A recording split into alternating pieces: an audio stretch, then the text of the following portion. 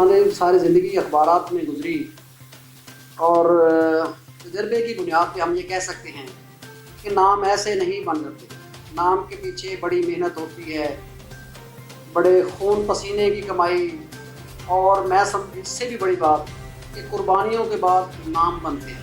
आपका तो मुझे लगता है मुझे ऐसे लग रहा है कि स्टोरी तो आपने दे दी है, बोलते हुए खलीफा वक्त को आवाज़ देते हो आपकी टांगें कांप रही हैं और मुझे खुशी होती नजर आ रही है। कैसा मतलब आप ऐसे इस तरह तो ना करें, आप मुतालबा भी कर रहे हैं और आपकी टांगें कांप रही है, खुशी हो रही है, मुझे ऐसा लग रहा है। आप देख रहे हैं खबर के पीछे अपने मेजबान राना खालिद कमर के साथ सिर्फ सतलुज न्यूज पर।